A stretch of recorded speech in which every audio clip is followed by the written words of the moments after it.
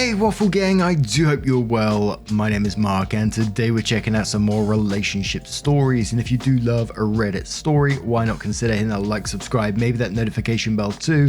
Let's crack on with today's first story, which comes from a throwaway account. It says, I, 29 male, think that my girlfriend, 26 female, is only with me because she can't be with her best friend, 26 male. Should I just end the relationship? Sorry for the long post. I didn't realize how much I had to say until I got it all typed out. Thanks in advance to anyone who reads all this. I've been with my girlfriend Jordan for a little over 2 years. We live together and we have 2 cats. Up until this weekend, I genuinely thought everything was perfect in our relationship, which I know is what everyone says in these posts. I really was thinking that I was going to ask her to marry me sometime in the next year. We don't ever get into arguments. Jordan is very sweet and easygoing, and normally we just mesh well on everything. Honestly, if everything in our relationship hadn't been so good up until now, I probably would have just broken up with her this weekend. But because things have truly been so perfect, I'm not sure if maybe I'm jumping to the wrong conclusion about what to do because of my feelings got hurt. The other person who's important in this story is Jordan's friend, Mark. She's known Mark for their whole lives because they both grew up in the same small religious community. Jordan isn't a part of that religion anymore. She decided to leave the church when she was, I think, 19 and moved to the state that we live in now. Mark is still in the religion and apparently takes it really seriously. I'm told he now works for the church back in Jordan's hometown.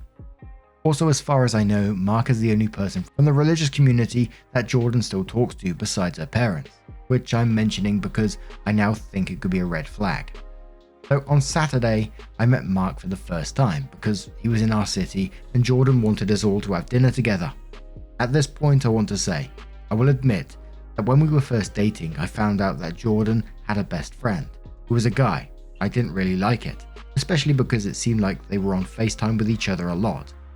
But since it was a childhood friend and they mostly didn't see each other in person, I just trusted Jordan that Mark was only a friend and didn't let it bother me, and eventually I got over it. So when we were going to dinner, I wasn't jealous or suspicious of Mark at all. If anything, I was somewhat excited to be finally meeting him since I've been hearing about him for 2 years. But then the way Jordan and Mark acted at dinner is what convinced me that there's something going on there other than just being best friends. I honestly don't even know how to describe it except to say that I've never seen 2 people act more obviously like they're in love with each other. They literally would not stop touching each other. They were constantly touching each other's arms and shoulders, and at some points they were actually even holding hands. They completely left me out of the conversation and were laughing about inside jokes. And every time they'd laugh, they'd do this thing where they put their foreheads together, or that was when they'd be holding hands. And then also they were looking at each other in a way that I didn't feel comfortable with at all. It was honestly even worse than the touching. It just wasn't how anyone would look at somebody they're supposedly just friends with. I'm 100% sure that every stranger looking at our table thought that Jordan and Mark were the couple, and that I was her brother or something. I felt like a third wheel the whole time, and Jordan didn't even notice how awkward she was making it for me because she was way too focused on Mark and all the attention she was getting from him. And that's not really like Jordan at all. Usually she's a lot more considerate and would notice immediately if I wasn't having a good time or if she was accidentally being rude and excluding someone at the table. So it was genuinely really jarring to be sitting there with her and Mark and basically feeling like I didn't know my girlfriend at all. It was like he turned her into a completely different person who didn't even care that I was alive. So finally at one point when Jordan got up to go to the bathroom, I just said to Mark, "So are you into my girl or what's going on here?" He said, "Nothing's going on at all. That ship sailed a long time ago." I said, "What does that mean? Did you guys date at some point?" He said, "No, we never did. And then when she left the church, we both knew it meant that we were never going to. We've accepted being in each other's lives as friends. There's nothing else going on at all." I said, "That makes it sound like the only reason you are not together is because she left the church." And all Mark did was shrug. "Well, what if she came back to the church? Would you marry her?" He said, "Oh, she's not going to do that. You might as well ask what will happen if a bicycle had 6 tires. And so then Jordan came back to the table. Mark said to her, "Opie wants to know if we'd be married if you weren't a godless heathen." Jordan said, "Why? Did you 2 call your mum while I was gone?" And then she and Mark both just laughed about it and changed the subject. So because of dinner and that conversation and everything else that I've written about in this post, I really feel like Jordan and Mark are in love with each other and not just best friends like they say. And the only reason they aren't together is because they can't compromise about their religion. I think Jordan thinks because she's okay with that decision, she expects me to be okay with being her second choice. And in the meantime, she's actually secretly wanting to be with Mark. So that makes me think I should probably obviously just have self-respect and break up with her, because I shouldn't be in a relationship with someone who would rather be with somebody else. But then the problem for me is that our relationship has been so perfect and Jordan has always treated me so well, except for this one night. The only time she's ever acted like this was on the one occasion that Mark was around in person. Normally, even when she's talking to him, all the time, she's never made me feel this way. So on the one hand, I'm wondering if maybe it doesn't matter what Jordan's feelings are for Mark. As long as he isn't going to be around, it doesn't actually seem to affect our relationship. Maybe I just need to cool off and go back to trusting her, that they are indeed only friends, even if it seems to be true that they have complicated feelings for each other. Or should I just end things? Now, a lot of that didn't feel right to me, where they're touching heads, the holding hands. I mean, come on, man. And the fact that Mark isn't answering the question and he's dodging what you're saying, it sort of gave you the answer anyway. And, you know, regardless of all the strangeness as well, they basically third-wheeled you in your own relationship.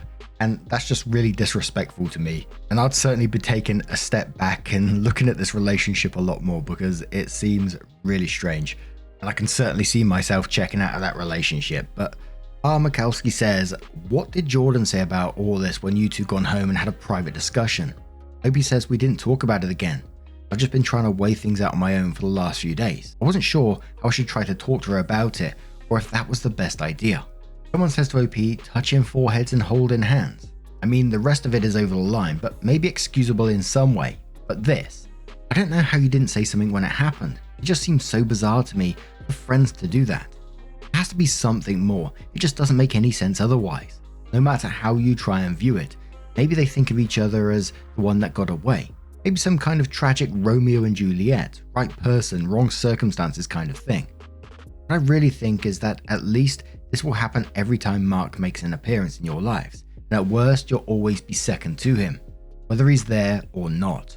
Rag says, it's perfectly fine that they're friends, but good god dude, all the little touching, hand-holding, staring longingly into each other's eyes and rubbing their foreheads together and right in front of you. That is not okay. You have to address the issue and make a decision based on how you feel about her response. Maybe it's not as bad as it sounds, however you sound like a placeholder for Mark based on what you described. Unless you are fine with that, then knock yourself out. Throwaway says, why didn't you speak up during the meal? I grew up with a girl for a best friend, and I'm a guy, ages 3 to 16 or so. We were basically inseparable. While that cooled in high school, we've always been good friends. We have families now and still see each other fairly often. And we never headbutt, hold hands, or look at each other lovingly or whatever. Should have called it out when they were together. Opie says, I don't really know why I didn't say anything. I guess at first I thought she was just excited to be seeing her friend and I was getting jealous over nothing. But then by the time I was definitely sure that things were weird, I don't know why I didn't. I guess I just knew I was getting upset and I didn't want to say anything to Jordan that was going to start a fight. When I did say something to Mark, I didn't even mean to. It just came out. Idri says she's obviously carrying a torch that will never go out. If knowing you're a runner-up is something you can live with, give it a shot, but 2 years isn't long and there's lots of years left. If something changes later and an opportunity opens up, she'd go running. Opie quotes that last bit and says, that's the big thing that scares me, because I do think that I could maybe live with the fact that there was someone else before me, and that she eventually did choose me over him. But then I think what could happen if Mark decided that he was going to ever leave the church like Jordan did, which doesn't seem like it's going to happen from the way they both talk about it, but then I know I'm a different person now at 29 than when I was 26, so it's not impossible for him to change his mind. And then if that really was the only reason that Jordan was with me, of course she'd leave to go be with him, like she always wanted. And one more comment from Poku says it's perfectly valid. You feel like the only reason she is with you is because her one is someone she'll never have. But then doubts just keep creeping up. What if he leaves the church suddenly, and what if she joins back? What if they decide to fuck it and run away? And that's honestly no way to live. Honestly, I think you're a better person than me, at least way more patient. I would have made a freaking scene if my partner was touching foreheads while holding their hands. That alone is breakup worthy, I'd say. Opie says I do feel like I kind of lost my cool a little bit when Jordan left the table, because I really didn't mean to say anything to Mark at all, but it just kind of came out because I was pretty upset by that point. That moment was the closest I've ever been to considering breaking up with her. So Opie comes in with her update and says I talked to Jordan on Wednesday night. The TLDR update to the situation is that I didn't break up with her. After we talked about everything, I feel like that would be too much of an overreaction for what's actually going on. I do still think I was right to be upset about what I saw happening at dinner on Saturday, and Jordan didn't disagree with me about that. But I think I did jump on the wrong conclusion, that it meant that she secretly actually wanted to be with Mark more than she wants to be with me. Now that we've talked it out, I don't think there's a reason to end what's otherwise the best relationship I've ever had, and I'm glad I didn't just immediately trust my instincts because there was more going on with the situation I didn't really understand that Jordan has since told me. And now I feel like she can be given some grace in the situation, assuming nothing like this ever happens again. So thanks for the advice, especially for everyone who told me to just talk to her before I made a big decision. So when we talked, I decided to take the main piece of advice that I got from everyone, start by telling Jordan that my feelings were hurt by the way she treated me at dinner with Mark, then see how the conversation went from there. It turned into a very long talk, so I don't want to try to remember the exact quotes and get them wrong, but here are the important things. I repeated to Jordan some of what I wrote in the post and said I felt excluded by her and Mark, especially because they were being overly touchy-feely with each other to the point where it made me uncomfortable. Jordan seemed surprised, like she didn't even notice that she and Mark were touching each other that much. Then she thought about it and said I was right and apologized. She said that Mark is always really touchy with everybody and not just her. I asked, and so she didn't even think about it. But then she wished I would have just said something at the time because she didn't realize they were being that obnoxious. I said that was the part of what bothered me, because I thought that normally she would have noticed something like that, but she was acting so different around Mark and not paying attention to anything else, including how I was feeling. It was honestly just made me question which one of us she cared about more, or if she cared about him as more than just a friend. Jordan apologized more and said she could understand why it looked that way to me, but that she loves me and cares more about me than anyone else in the world, and that she didn't mean to act like that or make me feel that way. She said she was trying to not make Mark feel like a third wheel because of being a single guy out with a couple, but obviously it backfired and just made me feel like the third wheel instead, which wasn't what she wanted to do either. After that, Jordan explained a lot to me about her history with Mark, and basically, as she explained it, she said that she fully admits she cares about him as more than just a normal friend, but she says that's not in a romantic way. She said that's why she specifically refers to him as her best friend, and not just her friend, and said she would use the phrase, "he's like my brother," if it weren't for the fact that she once had an actual brother. Rest in peace. So she won't use that phrasing for anyone else. According to Jordan, the main thing that happened to make her and Mark so close was that when she was 17, she tried to kill herself. And that was actually when everyone else in the community stopped talking to her, and Mark was the only person who didn't. For the next couple of years until she moved, he was literally her only friend. And she said that he checked on her every single day to make sure she stayed alive, which is also when they got into the habit of talking on the phone so much. And also apparently during this time, Mark's parents thought they were dating and made a big deal how they shouldn't be. And that's why she made that remark during dinner. Apparently calling Jordan a godless heathen is something that Mark's mum said. I did tell Jordan that Mark basically said to me that he thought the two of them would be married if she had stayed in the church, and I asked her if she thinks that maybe Mark is in love with her, even if she doesn't feel the same way. She said definitely not, and I don't think she was being dishonest. I really don't agree with her, but I think she genuinely believes Mark isn't into her in any way, apart from friendship. Her opinion of the situation is that she also thinks she and Mark would eventually have gotten married if she had never left the church or moved. But from her perspective, it would have been more because of peer pressure than anything else, and she doesn't think it would necessarily have been a good thing. She thinks Mark was just being honest about that, and that possibly from his perspective, he thinks he and Jordan would have made a good couple, but he's probably thinking that because he just assumes that in that scenario, she'd be the perfect church wife, so there's no reason why they wouldn't be a good couple. But then the big thing that happened at the end of the conversation is that Jordan told me that Mark is coming back through our city on his way home from this trip, and so she was going to invite him to hang out with the two of us again. But she said that if I'm going to be uncomfortable with him around, then she won't ask him. A lot of people were saying that if she didn't offer to cut contact with him or to cut down on contact with him, it meant that she valued him over me. To the fact that she brought it up on her own, that she wouldn't invite him to dinner with us again because I didn't like it, seemed like a really good sign to me. Based on everything else that she said, I do understand why she didn't offer to totally stop being friends with him, and I wouldn't expect her to after what she told me about what happened when she was a teenager. So now I'm deciding to take Jordan's word for it. Although she and Mark are weirdly close, it's for reasons that she explained to me, and not because she's in love with him. I think the fact that she was immediately apologetic instead of defensive was good. And the way she explained everything did make sense to me. I don't necessarily trust Mark, but I do think I can trust Jordan. I'm going to watch and see if it seems like she's still talking to him as much as she used to, or if anything changes or sounds different. I'm not going to be controlling and tell her that she can't talk to him or that she has to talk to him less, but I want to see if me talking to her about all of this causes her to act any differently at all. I'm kind of thinking she might realize on her own that the way Mark acts towards her actually does seem like he likes her as more than a friend, now that I've brought it up, but I don't know. It could be that things just go back to exactly as they were before. I won't know if anything has actually changed until the next time Mark is around in person. I don't think that's something I should keep worrying about before it happens. So after this, Pixel Spartan says to OP, they said, OP, did she acknowledge that the touching by her was inappropriate? I do not see how she could not have recognized how touchy they were and her lack of physical touch with you. Like many others have said, I'm not sure Jordan was being completely honest with you.